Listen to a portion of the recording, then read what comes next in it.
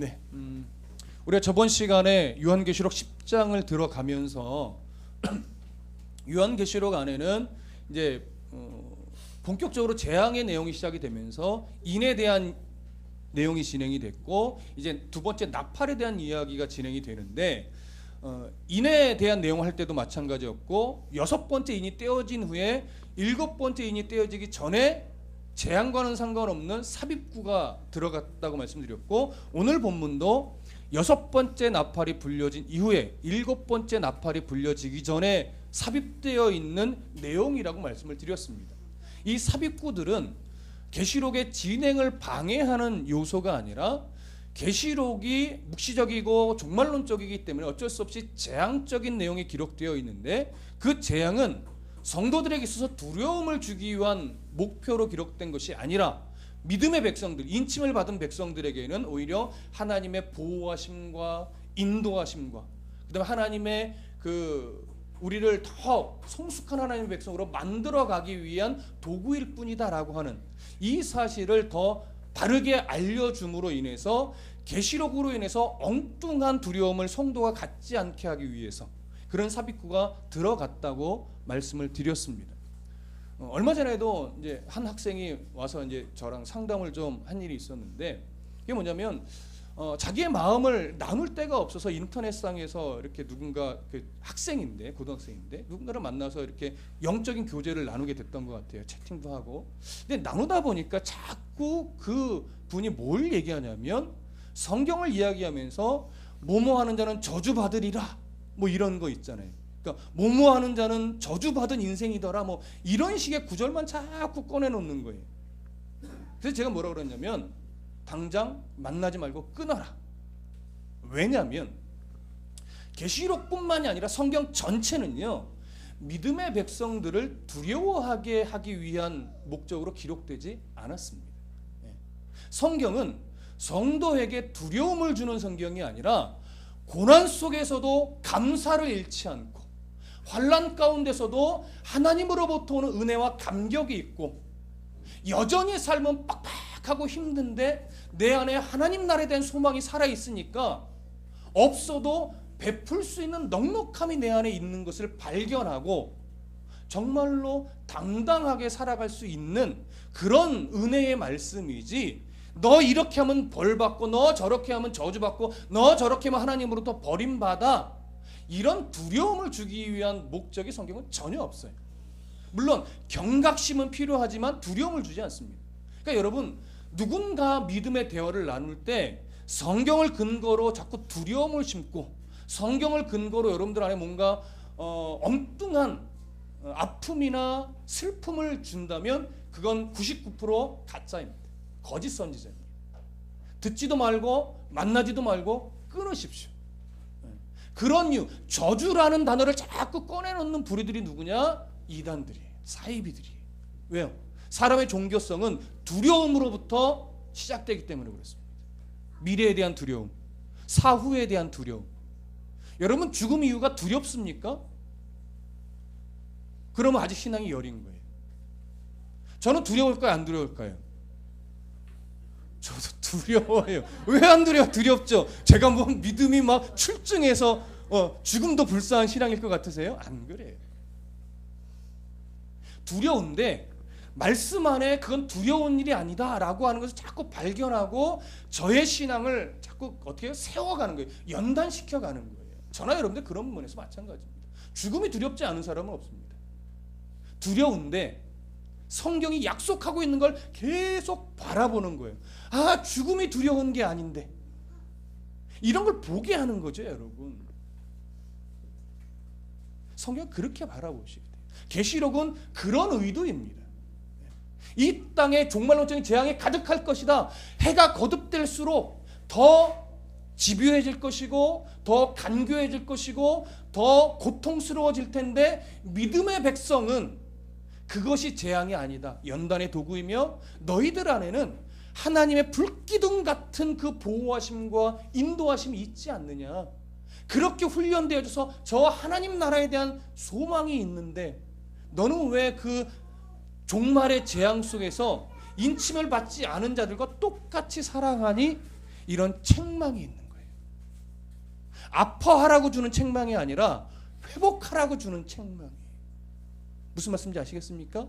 그 재앙적인 종말에 대한 기록의 본질이 뭐냐를 가르쳐주는 것이 바로 이 삽입구인 거죠. 그래서 저번 시간에 우리가 이 삽입구를 살펴보면서 오늘 본문에 기록된 힘센 다른 천사가 어떤 존재냐, 이것에 대해서 우리가 살펴보았고, 오늘은 2절에 기록되어 있는 그 손에 펴놓인 작은 두루마리를 들고 이렇게 이야기가 되고 있는데, 이 작은 두루마리에 대해서 조금 더 중심적으로 오늘 말씀을 나눌 것입니다. 우리 1절부터 3절을 다시 한번 다 같이 읽어볼게요. 시작. 내가 또 보니 힘센 다른 천사가 구름을 입고 하늘에서 내려오는데 그 머리 위에 무지개가 있고 그 얼굴은 해 같고 그 발은 불기둥 같으며 그 손에는 펴놓인 작은 두루마리를 들고 그 오른발은 바다를 밟고 왼발은 땅을 밟고 사자가 부르짖는 것 같이 큰 소리로 외치니 그가 외칠 때에 7 우레가 그 소리를 내어 말하더라. 아멘. 힘센 천사의 그 오른손에 뭐가 들려져 있냐면 펴놓인 작은 두루마리가 들려져 있습니다. 우리가 오늘 좀 점검해 봐야 될 내용은 뭐냐면, 이 작은 두루마리가 계시록 5장에서 그 인을, 그 두루마리를 펴며 그 인을 떼기 합당한 자가 누구냐라고 기록되어 있었던 그 두루마리와 동일한 거냐 다른 거냐, 이런 부분이 사실 오늘 우리가 조금 점검해 봐야 될 내용입니다. 실제로 이 복음주의 진영 안에 두 가지 견해가 다 있어요. 예, 팽팽하게 다 있습니다. 그래서 오늘은 조금 더 바르게 보는 시각이 무엇일까, 이 부분을 우리가 찾아가는 것인데, 우선 두루마리라는 단어를 좀 살펴볼게요. 2절을 다시 한번 보시면 그 손에 펴놓인 작은 두루마리 이렇게 되어 있습니다. 예. 작은 두루마리라고 번역해 놓은 이 말의 헬라어 단어는 뭐냐면 비블라 리디온 이렇게 되어 있습니다. 비블라 리디온. 이것은 뭐냐면 두루마리라고 하는 헬라어 단어가 비블리온인데 비블리온의 축소형으로 되어 있어요. 그래서 축소형이기 때문에 작은 두루마리 이렇게 이제 번역을 해놓은 것인데, 헬라어에서 꼭 축소형이라고 해서 작은이라는 의미를 넣어서 꼭 번역하지는 않습니다. 예를 들면 짐승을 의미하는 단어는 데리온이라고 해요. 근데 이 데리온이라는 단어의 축소형은 데르인데, 그러면 작은 짐승 이렇게 번역을 해야 되잖아요. 근데 보통 번역상에 작은 짐승이라고 번역하지 않고 그냥 짐승 이렇게 번역을 합니다. 그리고 이제 어린 양이라고 할 때 이 어린 양은 아르니온인데, 아르니온이라는 단어의 축소형은 아렌이라고 합니다. 근데 이 아렌을 번역할 때 작은 어린 양 이렇게 번역하지 않고 그냥 어린 양 이렇게 번역을 합니다.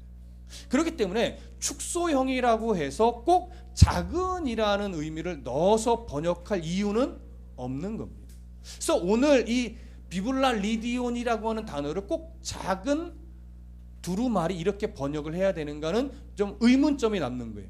무슨 말인지 이해되시죠? 요 한 부분을 좀 체크해 놓으시고, 계시록 오늘 본문 10장 8절을 한번 보세요. 8절 함께 읽어보겠습니다. 시작.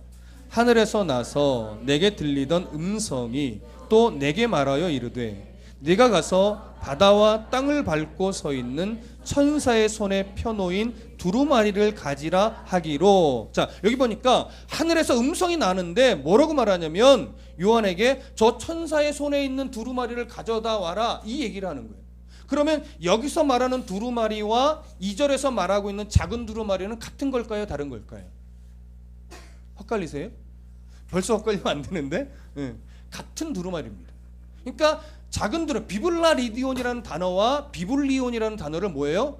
동일하게 지금 사용하고 있는 것이죠. 그렇다라고 하면 이제 우리가 그러면 꼭 작은 두루마리라고 번역할 필요는 없겠네라고 하는 이제 우리가 이해가 하나 생기는 겁니다. 그렇다면 이제 우리가 여기서 이제 또 하나 살펴볼 것은 뭐냐면 5장에 기록된 두루마리와는 어떤 관계가 있을까? 이걸 한번 이제 생각을 해 보셔야 돼요. 먼저 5장을 한번 가보시죠. 계시록 5장에 한번 가보시면 5장 1절부터 3절까지를 좀 읽어볼게요. 1절부터 3절 5장 시작. 내가 보매 보좌에 앉으신 이의 오른손에 두루마리가 있으니 안팎으로 썼고 일곱인으로 봉하였더라. 또 봄에 힘있는 천사가 큰 음성으로 외치기를 누가 그 두루마리를 펴며 그 인을 떼기에 합당하냐 하나 하늘 위에나 땅 위에나 땅 아래에 능히 그 두루마리를 펴거나 보거나 할 자가 없더라. 자, 이 부분은 우리가 강의에 있었으니까 뭐 의미는 기억을 하시겠죠? 일단은 하시는 걸로 믿고 여기서 이 예수님의 오른손에 예수님께서 인을 떼면서 펴게 될 이 두루마리에 대해서 언급을 하는 존재가 어떤 존재죠? 힘 있는 천사였어요. 오늘 계시록 10장에 이 작은 두루마리에 대해서 언급을 하고 말을 하고 있는 이 천사도 어떤 천사였어요? 힘 있는 천사였어요. 그럼 우리가 저번 시간에 이 부분을 살펴봤듯이 동일한 천사는 아니지만 힘센 천사 그룹 안에 있는 그런 그룹 안에 있는 힘 있는 천사로서 다른 힘 있는 천사일 뿐이었어요. 그러니까 이 두루마리를 다루는 그룹에 있어서는 뭐예요? 동일한 존재라고 하는 것이죠. 똑같은 천사는 아니지만 그런 면에 있어서 뭐가 있냐면 공통점이 있는 겁니다. 그러니까 그러면 두루마리를 다루는 존재에 있어 공통점이 있구나. 이걸 하나 우리가 또 발견할 수 있어요. 다시 오늘 본문 계시록 10장으로 가보십니다. 10장 2절에 보시면 이렇게 돼 있어요. 그 손에는 펴놓인 작은 두루마리를 들고, 여기서 주목해 보셔야 될 것이 뭐냐면 펴놓인 작은 두루마리. 저를 보세요. 이제 여기 펴놓인 작은 두루마리라고 하는 것은요, 죄송합니다. 문법적인 용어를 하나 알려드릴게요. 완료 분사 수동태입니다. 요거를 기억하실 필요는 없어요. 보통 완료라고 하는 것은 헬라어에서 뭐냐면 과거의 어떤 행위가 완료된 거예요. 근데 완료 분사 수동태라고 하는 것은요, 과거의 어떤 행위가 과거에 어느 진행이 돼서 어느 시점에서 완료됐는데 이 완료된 상태가 지금까지 지속되고 있는 것을 말하는 거예요. 강조점이 달리죠. 근데 수동태예요. 그러니까 과거에 누군가에 의해 행해졌던 것이 어느 시점에서 완료됐는데 그 상태가 없어지지 않고 지금까지 계속되고 있는 상태를 말하는 거예요. 그러니까 오늘 본문에 적용을 하면 펴놓인 작은 두루마리는 것은 뭐냐면 과거에 어느 시점에 누군가에 의해 두루마리가 펴졌어요. 그래서 그 두루마리가 펴진 상태가 지금까지 뭐예요? 지속되고 있는 거예요. 그러면 이걸 누가 폈을까요? 저는 아닙니다. 네, 저는 안 폈어요. 누가 폈을까요? 예수 그리스도께서 펴놓으신 거예요. 5장에서 그 펴놓인 두루마리의 상태가 어때요? 지금 힘 있는 다른 천사가 작은 두루마리에 대해서 이야기를 하는 이 순간까지도 펴놓인 것과도 같다고 말할 수 있는 거예요. 같다 이것이 아니라 단정 지을 수는 없어요. 그러나 같다고도 말할 수 있다라고 하는 것이죠. 그러니까 이런 지금 제가 한 3가지 정도를 말씀을 드렸는데, 이런 것들의 내용을 종합해 볼 때 우리는 어느 방향성으로 이 부분을 이해하게 되냐면, 힘센 다른 천사의 손에 펼쳐져 있는 이 작은 두루마리는 계시록 5장에서 그 어린 양 예수 그리스도에 의해 인이 떼어지고 펼치게 된 두루마리와 같은 것이거나 아니면 아주 깊은 연관성이 있는, 관련성이 있는 그런 두루마리라고 볼 수 있는 것이죠. 그렇기 때문에 정말 누가 편 거냐, 이게 똑같은 거냐, 이것을 논하는 것도 중요하지만 더 중요한 것은 뭐냐면 그 안에 기록된 내용은 분명히 이 종말에 관련된 내용이며 하나님의 뜻에 관련된 내용일 것이다라고 하는 것을 우리가 이해할 수 있고, 그런 의미에서 이것은 굉장히 중요하다. 그 내용은 이걸 우리가 살펴볼 수 있는 거죠. 그리고 그 두루마리 안에 기록되는 하나님의 뜻은 바로 어린 양 예수 그리스도를 열쇠로 하는 전 우주적인 심판, 그리고 그 심판의 끝에 일어날 하나님 나라의 완성, 이것과 관련이 있는 것이면은 분명할 것이다라고 우리가 보게 되는 거예요. 그러니까 사실은 누가 핀 거냐, 똑같은 거냐 아니냐, 큰 의미는 없습니다. 왜? 정확하게 알 수 없으니까. 성경이 정확하게 말하고 있잖아요. 그러나 어느 면에서 거의 같다고 볼 수 있는 내용이 많고, 같지 않다고 해도 그 내용과는 깊은 관계가 있음을 우리가 여기서 볼 수 있는 거죠. 자, 조금 더 진도를 나가 볼게요. 4절 함께 읽어보겠습니다. 계시록 10장 4절 함께 읽습니다. 시작. 일곱 우레가 말을 할 때에 내가 기록하려고 하다가 곧 들으니 하늘에서 소리가 나서 말하기를 일곱 우레가 말한 것을 임봉하고 기록하지 말라 하더라. 자, 사실 우리가 궁금한 건 뭐냐면 그 두루마리의 내용이 뭘까 궁금한 거예요. 근데 요한이 그 두루마리의 내용을 이렇게 들으면서 이게 기록해야 되겠다. 이게 정말 중요한 계시의 내용이네. 이렇게 판단을 하고 기록하려고 하는데, 하늘에서 소리가 나서 뭐라고 말하냐면 기록하지 말아라. 그걸 봉인해라, 임봉해라, 이렇게 말을 했던 거예요. 그래서 임봉하라는 것은 무슨 말이냐면 세상 사람들에게 알려주지 말고 그냥 하나님의 신비로 남겨두라, 이 얘기예요. 그러면 우리가 여기서 이제 고민하게 되는 것이 뭐냐면, 왜 알려주지 말라고 하지? 왜 그걸 하나님의 신비로 그냥 봉인하라고 하시는 것이지? 이런 의미가 되는 거예요. 성경은 그 작은 두루마리로 표현된 그 두루마리의 내용에 대해서 언급하고 있지 않습니다. 그래서 우리가 오늘 궁금은 하지만 제가 그 내용은 이겁니다라고 말씀을 드릴 수 없어요. 억지로 그 내용을 풀어가다 보면 우리의 신앙은 왜곡되게 되어 있고 저는 잘못 전할 수밖에 없습니다. 그래서 오늘은 그 내용이 뭐냐를 말할 수는 없으나 그 내용에 분명히 이런 면은 갖고 있을 것입니다 라고 해서 계시록 안에서 우리가 추론해 볼 수 있는 한계까지만 보려고 해요. 자, 그러면 우선 하나님께서 하늘의 소리가 나서 모든 내용을, 이 내용은 기록하지 말고 봉인해라 할 때 여기서 우리가 먼저 딱 점검하고 가야 될 것이 뭐냐면, 요한계시록에는 하나님께서 요한에게 보여주신 모든 계시의 내용이 다 기록된 것은 아니다라고 하는 걸 아셔야 돼요. 무슨 말씀인지 아시겠어요? 하나님께서 요한에게 보여주신 모든 계시가 다 기록된 것이 아니에요. 그렇다고 해서 이것은요, 계시록의 기록이 부족하다는 의미는 아닙니다. 사람이 이해할 수 있는 계시에 대해서, 종말에 대해서, 하나님 나라의 완성에 대해서 이해할 수 있을 만큼은 충분하게 기록되어 있고, 사람이 이해할 수 없는, 그리고 이해하면 안 되는, 보여주고 들려줘도 이해할 수 없는 범위 밖의 내용에 대해서는 기록하지 못하게 했다라고 하는 것이지, 계시록의 내용이 부족하니 누군가의 환상을 통해서 이제 맞아 보여줘야 되는 것이 남아있다라고 하는 이야기는 아니에요. 이게 왜 중요하냐면, 요즘 자꾸 이제 시한부 종말론적인 이단들이 자꾸 말하는 것이 뭐예요? 내가 봤다 이거죠. 하나님이 내게만 특별히 환상으로 들려주시고 보여주셨으니 그 내용을 우리 안에 들어와서 믿고 들어야 어디에 갈 수 있다? 구원에 이를 수 있다. 그 기준에 따지면 아브라함도 천국에 갈 수 없어요. 그렇잖아요. 요셉이 천국에 갈 수 있었을까요? 다윗이 갈 수 있었을까요?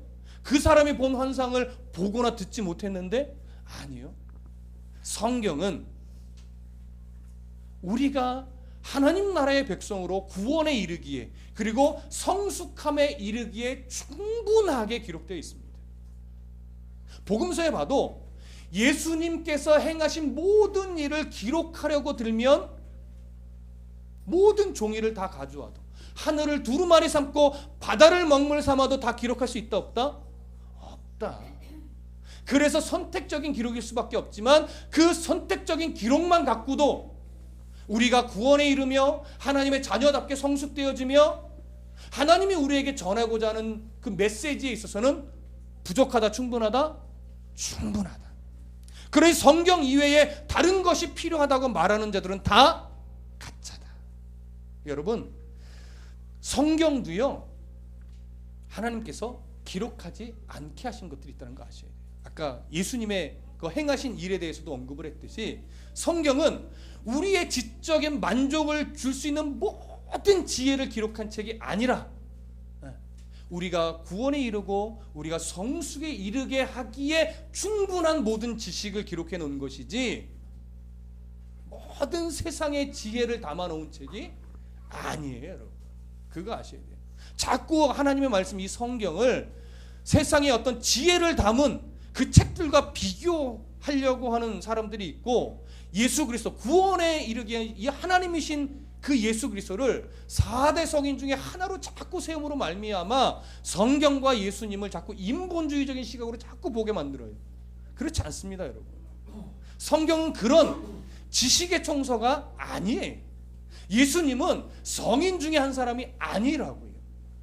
하나님이신 예수 그리스도가 우리를 구원에 이르려고 친히 인간의 몸을 입고 오셔서 우리를 위해 죽어주신 분이시라고요.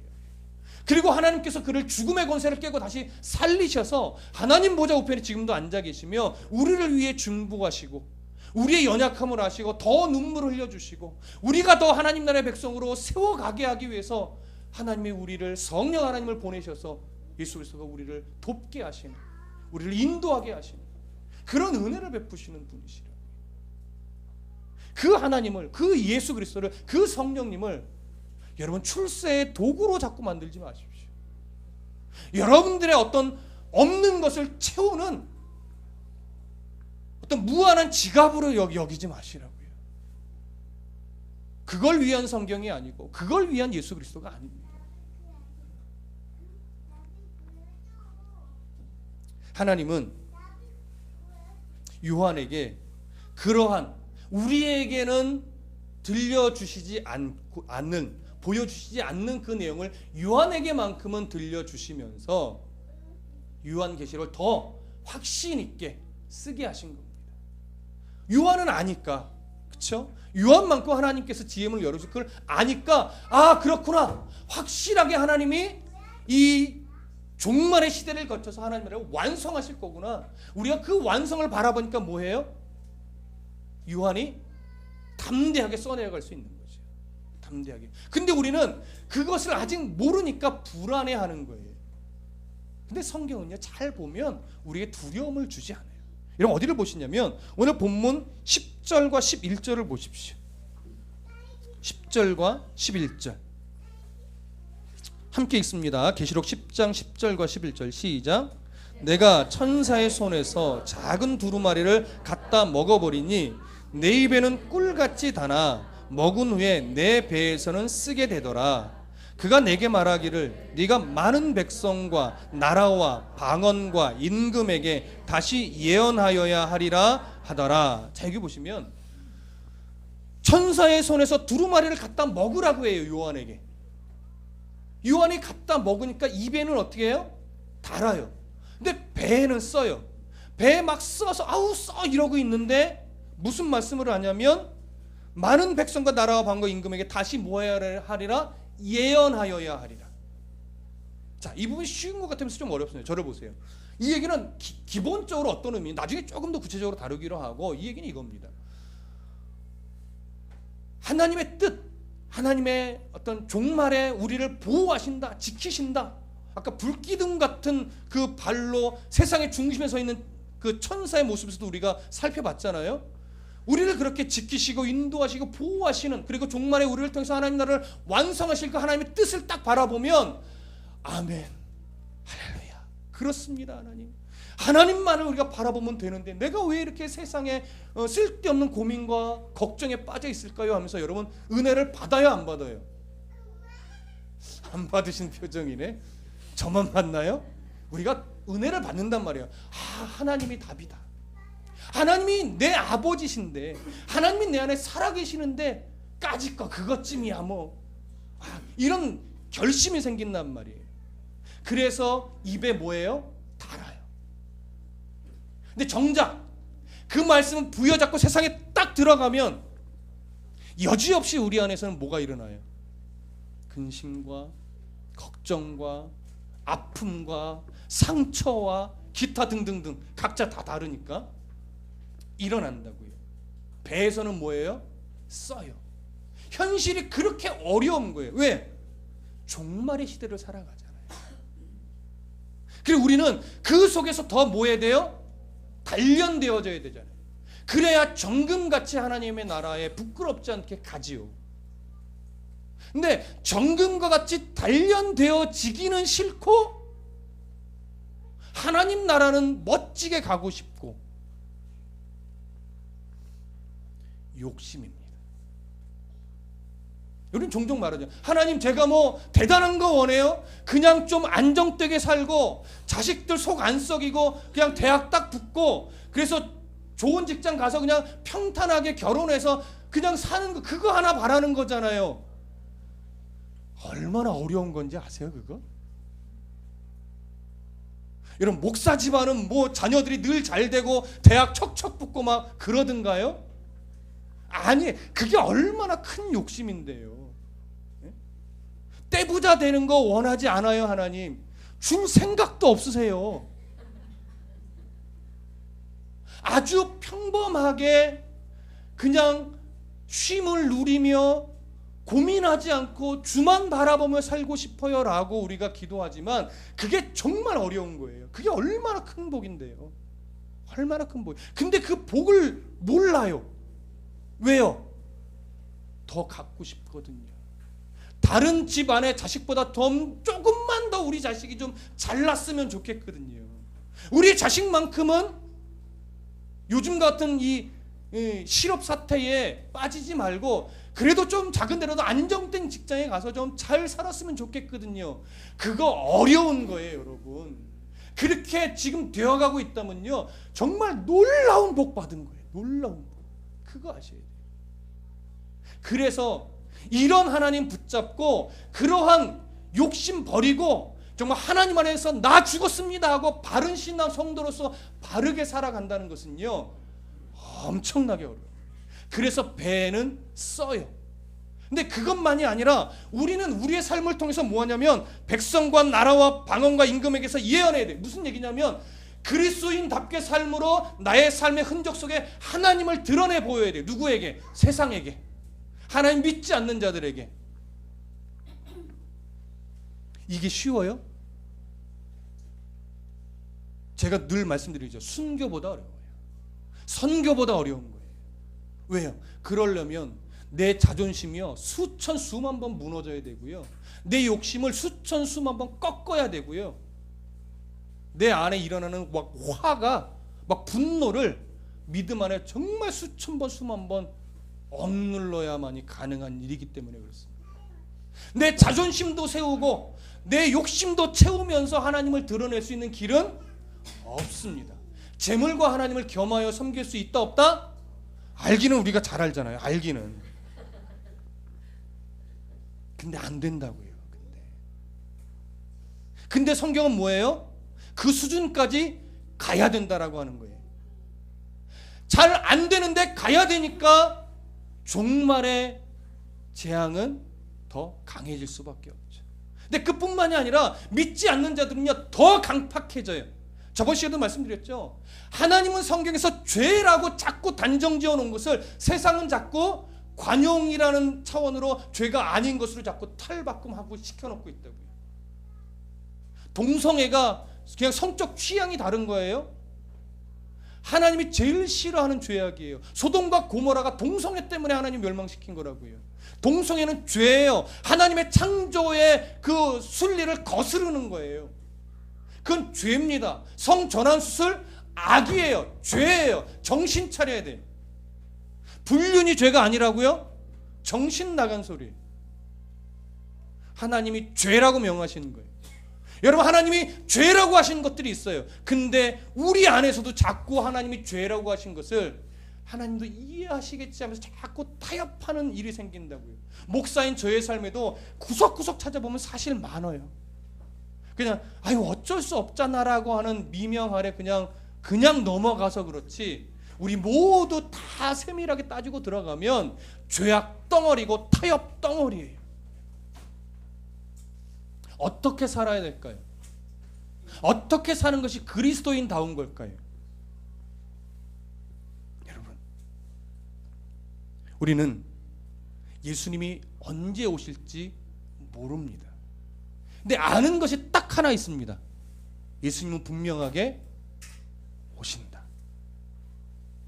여기서 흔들리시면 안 돼요. 이 부분. 예수님이 언제 오실지는 모르나 예수님은 분명하게 오신다. 이건 사실이에요. 진리예요. 그래서 성도는요, 예수님께서 내일 오실 것처럼 오늘 최선을 다해서 사는 거예요. 무슨 말씀인지 아시겠어요? 그러니까 우리는 내일 예수님이 오실 것처럼 오늘을 최선을 다하여 사는 사람이기 때문에 내가 조금 짓밟히고 내 삶에 조금 생채기가 나도 거기서 하나님만 드러낼 수 있다면 기꺼이 나를 생채기 내라고 내 몸을 내어줄 수 있어야 하고, 기꺼이 나를 짓밟으라고 내어줄 수 있는, 그러니까 바보처럼 짓밟힘을 당하라는 얘기는 아니에요. 하나님을 드러낼 수만 있다면 기꺼이 밟혀드리는 거죠. 기꺼이 나를 상처내라고 내 배를 들이미는 그 정도 수준까지 하나님 우리를 요구하시는 거예요. 근데 세상 사람은요, 예수님이 언제 오실지 그들도 모르지만 그들은 예수님이 분명히 오신다는 사실 자체도 인정하지 않아요. 그러니까 내일 잘 살기 위해서 오늘 최선을 다하는 자라고요. 내일 잘 살아야 되니까 오늘 다른 사람이 짓밟히는 건 문제가 안 돼요. 나만 잘 살면 되니까. 그러니까 그 사람들이 믿는 사람들을 어쩔 수 없이 짓밟고 살아가는 것은, 짓밟듯이 살아가는 것은 당연한 거예요, 안 당연한 거예요? 당연한 거예요. 그러니까 그들과 우리가 믿음의 사람도 내일 잘 살려고 오늘 그 사람과 막 치고받고 싸우면서 나 잘 되려고 막 혈기 부리는 것은 옳다 옳지 않다? 옳지 않다. 그것은 하나님 나라의 소망을 둔 사람이 해야 될 일이 아닌 거예요. 그래서 어려운 거예요. 언제 내가 죽어줘야 되고 언제 지혜롭게 또 일어서야 하는지에 대한 분별이 어렵습니다. 우리가 그리스도인이라면, 우리가 성도라면 예수님의 재림을 멀게만 바라보시면 안 됩니다. 언제 오실지 알 수 없으나 내일이라도 오실 수 있습니다. 그러니 사업 조금만 잘 되고 교회 나가면 안 될까요? 이런 류의 이야기들 있죠. 그래요, 이해해요. 지금 위기만 넘기고 교회 오세요 라고 말했다가 진짜 내일 예수님이 오시면 문제죠. 심각한 거죠. 그래서 여러분, 성도는 소망을 정말 진짜로 하나님 나라에 두고 예수님이 오실 날을 멀게 바라보고 살아가는 자가 아니라 내일 예수님이 오실 것처럼 오늘 최선을 다해서 성도다움의 옷을 입고 인내하며 참아내며 살아가는 것이 바른 삶인 겁니다. 누구나 다 죽습니다. 누구나 다 하나님이 불러가십니다. 어떻게 죽느냐 다 다를 수 있으나 분명히 내 개인의 종말을 맞아 하나님 나라에 가든 예수님이 오셔서 종말을 맞아 하나님 나라에 가든 누구나 다 하나님 나라에 가게 되는데, 그 하나님 나라 앞에 섰을 때 내가 부끄럽지 않을 수 있을까를 고민하며 오늘의 최선을 다하는 성도가 되시기를 부탁드립니다. 예수님 앞에 부끄럽지 않게 설 수 있도록 성도의 옷을 입고 끝까지 참고 견디는 이 믿음의 싸움에 우리 모두 함께 말씀 붙잡고 승리하는 성도가 되시기를 소원합니다. 기도하겠습니다.